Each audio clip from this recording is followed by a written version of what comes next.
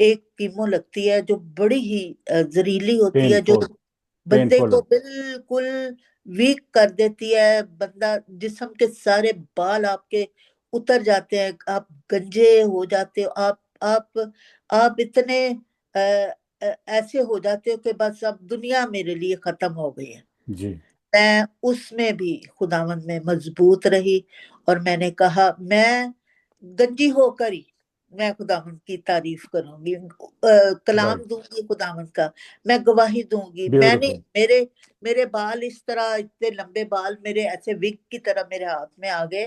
First time में जब first chemo लगती है उसी वक्त वो काम हो जाता है आपका। तो मैं नहीं घबराई। मैं बदसूरत भी थोड़ा हो गई, लेकिन रेडिएशन के टाइम में रंग काला हो जाता है। रेडिएशन जी आगे हाँ, पीछे जी से हाँ, आपको जला के राख कर देती है। या तो मेरी 16 मुझे सेशन हुए रेडिएशन के। तो मेरे साथ भी सब कुछ हुआ, लेकिन फिर भी कहते हैं, मैंने सुना है कि जो आप मेरा फेस देख रहे हैं इसी तरह का था। मुझे बहुत लोगों ने कहा कि आपके मुंह पे तो रौनक है, आपको तो ब्लेसिंग, कीमो लड़ गई है, आपको तो या कीमो रास आ गई। मैं ब्लेसिंग, मैं ब्लेसिंग। कहती हूँ कि नहीं, मैं हमेशा ये कहती थी। बहुत सारी छोटी छोटी बीमारियों के बावजूद रातों को नींद ना आना, ये वो बहुत सारी और भी हैं, शुगर, बीपी, कोलेस्ट्रॉल, ये वो बहुत कुछ, जोड़ों का दर्द, सब कुछ है। हम्म, लेकिन फिर भी कोई आपको ये कहे कि आप अच्छे लग रहे हो, तो या फिर मैं कहती हूँ जी, दाऊद दाऊद नवीस कहता है खुदावंद मेरे चेहरे का नूर है। तो नूर है, वही नूर या है। तो उसके बाद अभी 4 साल मेरे अभी हुए हैं, तो ट्रीटमेंट खत्म हुई है, खुदा उनका शुक्र करती हूँ। बाल भी आ गए और दोबारा से खुदावंद का जिंदगी। खुदावंद का शुक्र है जी। मुझे मुझे आपकी आपकी जो रवानी है, आपकी जो वे ऑफ टॉकिंग है, उससे लग रहा है कि अभी भी आपके पास बहुत सारी टेस्टमनीज हैं। लेकिन बहुत। मैं डॉक्टर साहब से कहना चाहूँगा कि आपके जहन में कोई ऐसी बात, कोई सवाल है सिस्टर मुसर्रत के लिए? हाँ जी, बिल्कुल। सवाल जो है वो ये है कि अ, थोड़े महीने पहले एक बड़ा जानलेवा हादसा हुआ है, और जिस बुर्दबारी और बहादुरी से उन्होंने अपने बेटे की मौत पर सब्र का मुजाहरा किया है, या जिस तरह उसको झेला है, पहली बात तो ये है कि मैं उसकी तारीफ करना चाहता हूँ और दाद देना चाहता हूँ। जी जी और शायद ये वाकया जो है वो इतना दिलखराश है कि इसको बयान करते हुए मुझे झुरझुरी का एहसास हो रहा है। जी लेकिन अक्सर ये समझा जाता है कि खवातीन जो है मर्दों के मुकाबले में कम हिम्मत होती हैं, कमज़ोर होती हैं। लेकिन मैंने ये महसूस किया कि सिस्टर को वाकई खुदा ने ताकत और हिम्मत अता की है जी जी कि इन्होंने इस सदमे को बड़ी बुर्दबारी से झेला है। तो मैं चाहूंगा कि थोड़ा सा उसके बारे में अगर बता सके तो अ, हमारे जी नाजरीन के सिस्टर जी। लिए बहुत कि अच्छा उसके होगा। लिए मैं खुद बड़ी तकवीत पाती हूँ, मुझे बड़ी ढारस मिलती है खुदावंद की तरफ से कि 29 सितंबर को 8:30 बजे मेरे बेटे से मेरी बात होती है। उससे पहले 29 अगस्त को एक उसकी वर्क वाली जो जिस पे वो काम करता था, वो वाली गाड़ी से उसका एक्सीडेंट हो गया।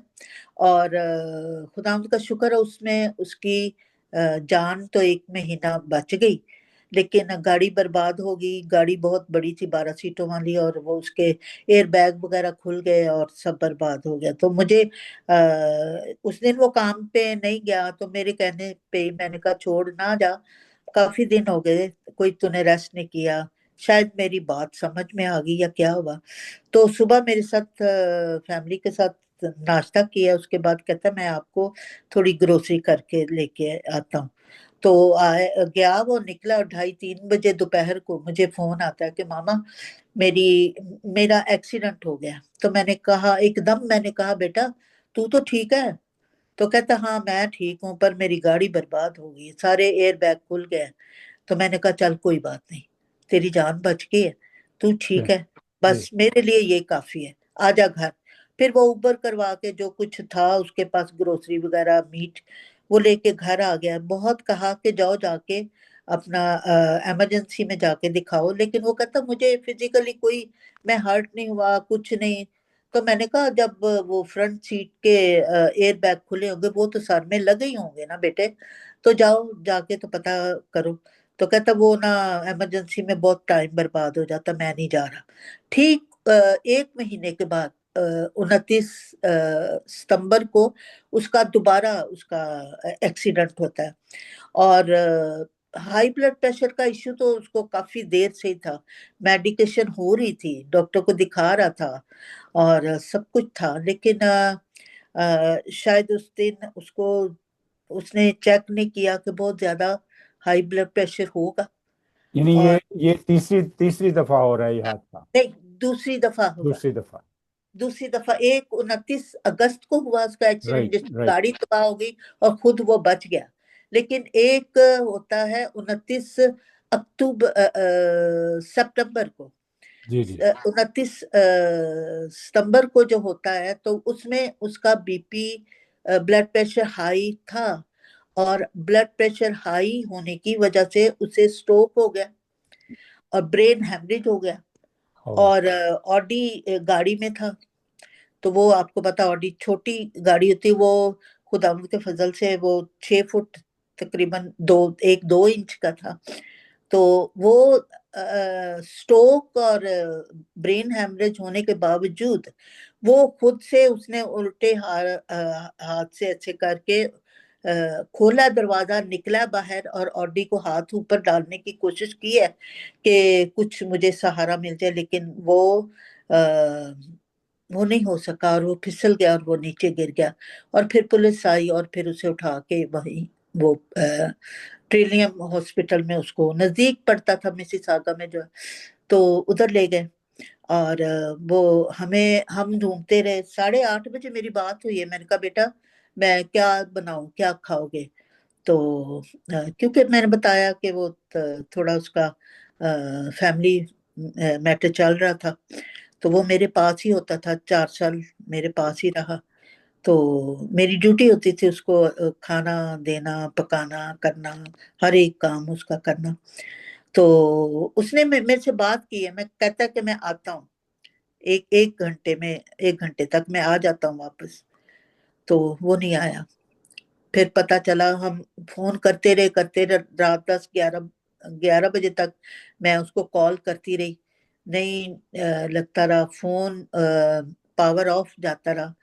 और फिर 1 बजे मेरा छोटा बेटा भी मेरे साथ है जो मलेशिया से, अभी 2.5 साल हुए थे, 2.5 पौने 3 साल हुए उसको आए। जी, जी। तो अ, उसको एक फोन आता है कि डीन को तू जानता है, नॉयल डीन को? कहता है हाँ मेरा बड़ा भाई है। तो उसने कहा कि आ सकते हो इस वक्त हॉस्पिटल में? तो कहता हाँ, क्या होगा उसको? कहने लगे कि उसका ब्रेन हेमरेज हुआ है और वो वेंटिलेटर पे है।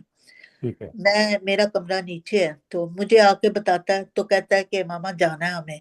तो बताया गया कि ये बात है। मैं मैंने खुदावंद का शुक्र किया उस वक्त। मैंने कहा खुदावंद तेरा शुक्र हो, तू जिस हालात में से गुजारता है तेरी पाक मर्जी पूरी हो। मुझे नहीं पता तू क्या चाहता है। ये ले, पाँव नीचे रखे जमीन पे और खड़ी हो गई और जैकेट पहनी और मैं अपने बेटे के साथ चल पड़ी। ठीक है। जाके देखा तो वो वेंटिलेटर पे था। हम्म, हम्म। तो 7 दिन वो वेंटिलेटर पर रहा। बड़े बड़े लोगों ने दुआएं की, मैंने भी दुआ की। और 3 दिन के बाद, ठीक है। 3 दिन के बाद डॉक्टरों की मोटिवेशन ये थी कि आप हमें ऑर्डर करें और हम इसका वेंटिलेटर उतारें। मैंने कहा अच्छा। नहीं, जितनी देर मर्जी ये वेंटिलेटर पे रहे मैं उसकी खिदमत कर लूंगी, मैं उसे संभाल लूंगी। बहुत हम्म। मैंने डॉक्टर को, अब बड़ी दुनिया है जो सालों साल वेंटिलेटर पे रहती है। तो उसने कहा नहीं, इसकी वो कंडीशन नहीं है कि हम उसको वहां पे रख रख सके वेंटिलेटर पे। ठीक है, ठीक है। तो फिर मैंने खुदावंद से बात की, लिविंग एरिया जो हॉस्पिटल का है, वेटिंग रूम में, मैंने वहां पे जाके मैंने खुदावंद से दुआ की। ये गालबन चौथा दिन था। ठीक है। तो खुदावंद से मैंने बात की, तो खुदावंद के पाक रूह ने मेरे दिल में डाला कि पहले तो अपनी दुआ की डायरेक्शन को ठीक कर। मैंने कहा खुदावंद डायरेक्शन क्या होती है, कैसे, क्या हम्म। क्या मैं ठीक करूं, क्या मेरी दुआ में गलती है, तू ठीक है। माफ कर खुदावंद मुझे, और मुझे बता कि मुझे क्या तुझसे मांगना चाहिए, क्या होना चाहिए। फिर खुदावंद ने वहां पे क्लियर किया। और उससे पहले भी जब उसका पहला एक्सीडेंट हुआ, यही हालत जो थी, वेंटिलेटर, 1 सेकंड के, ऐसे सिर्फ एक सेकंड भी नहीं बनता, मुझे दिखाई, क्योंकि मैं उदास थी, परेशान थी। तो शाम से तो मैं कह रही थी कि खुदावंद पिक्चर क्लियर नहीं हो रही, फिर मुझे वो चीज दिखाई। फिर दूसरे दिन वो जो एक्सीडेंट हो जाता जिसमें वो बच जाता है, तो मैं समझी कि इस बात यही था शायद, लेकिन मुझे नहीं पता था कि ये 29 अक्टूबर के बाद ये वाकया होने वाला। तो फिर मुझे खुदा के पाक रूह ने समझाया, खुदावंद बाप, बुजुर्ग और मुहीब खुदा ने मेरे दिल में ये डाला कि ये तेरा नहीं मेरा है, तू इसको मुझे दे दे, और तू खुद अपनी जुबान से कह। खैर मैं रो रही थी, दुआ कर रही थी। मैंने कहा खुदावंद इतना बड़ा फैसला मैं अकेले तो नहीं कर सकती, तू मेरे साथ हो, मुझे हिम्मत दे, मुझे कुव्वत दे कि मैं उसको अपने हाथों से तेरी गोद में डालूं। फिर ऐसा ही हुआ।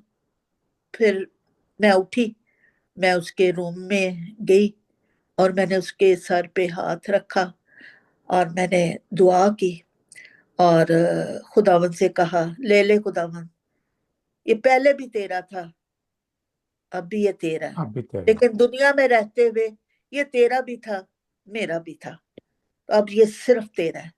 और मुझे ऐसे ही लगा जैसे मैंने उसको अपने ऐसे करके, मैंने जब उठाया उसको, आंखें बंद करके आंसू के साथ मैंने उठाया, तो मेरे ट्विंस बेबीज पैदा हुए थे। एक ठीक जर्मनी है। में आता, उससे 15 मिनट छोटा, और ये बड़ा था। ठीक है। इसको मैंने उठाया, मुझे यही लगा कि वो उन ट्विंस में थे, मैंने नोएल को ही उठाया और मैंने ऐसे किया, और खुदा बाप की गोद मैंने फैले हुए देखी, और फिर मैंने उसमें उसको डाल दिया, और फिर सिलेक्ट कर लिया गया कि हाँ जी, बस डिसीजन ले लिया गया कि जिसका वेंटिलेटर उतारना है। उतार तो देना। 7वें दिन जाके वो डॉक्टरों की मीटिंग और डिस्कशन, और कुछ मेरे बच्चे वेंटिलेटर नहीं उतारने दे रहे थे, लेकिन खुदावंद की तरफ से मैं मुतमिन थी। मैं पूरे दिल से मैं ये तस्लीम कर चुकी थी, एक्सेप्ट कर चुकी थी कि ये अब मेरा नहीं, खुदावंद का है। मैं अपनी तरफ से मैं बिल्कुल पीसफुल थी। तो बच्चों को सेटिस्फाइड करना भी बाकी था, क्योंकि बच्चे अभी, एक जो जर्मनी वाला वो, और एक अमेरिका में न्यू जर्सी में मेरी बेटी, वो उनके साथ डॉक्टरों की मीटिंग्स मैंने करवाई। 1 घंटा उन्होंने डॉक्टर्स के साथ फोनों पे मीटिंग की, और उनको समझाया कि क्या वजह है कि हम वेंटिलेटर उतारना चाहते हैं, और क्यों नहीं। हमने, उनका मुतालबा था बच्चों का कि ऑन द स्पॉट उसका ब्रेन क्यों नहीं खोला गया, क्यों नहीं ऑन द स्पॉट, क्यों क्यों नहीं कुछ किया गया। तो उन्होंने कहा कि उसकी ये हालत नहीं थी कि हम उसको खोल सकते, हो वो सकता। तो रायता फैल जाता और बस फिर उसी टाइम था। अब मुश्किल तो 2 दिन मुश्किल हो में जाना। या। बहुत मुश्किल हो जाना था। तो खैर वो भी मेडिकल किया, मेरे बच्चे भी, तो उन्होंने भी इस बात को फिर समझा। जब मेरी बेटी आई, फिर उसने मेरे साथ सॉरी किया कि मामा, मैंने आपको ब्लेम नहीं किया, मैंने आपसे ये क्वेश्चन किया कि आपने क्यों नहीं डॉक्टरों से कहा कि ऑन द स्पॉट इसको खोलो और देखो इसके ब्रेन को क्या हुआ। राइट। सो खुदावंद का मैं शुक्र करती हूँ, मैंने खुदावंद को खुद अपने हाथों से अपने बेटे को उसकी गोद में डाला, और मुझे तसल्ली तो नहीं आती जो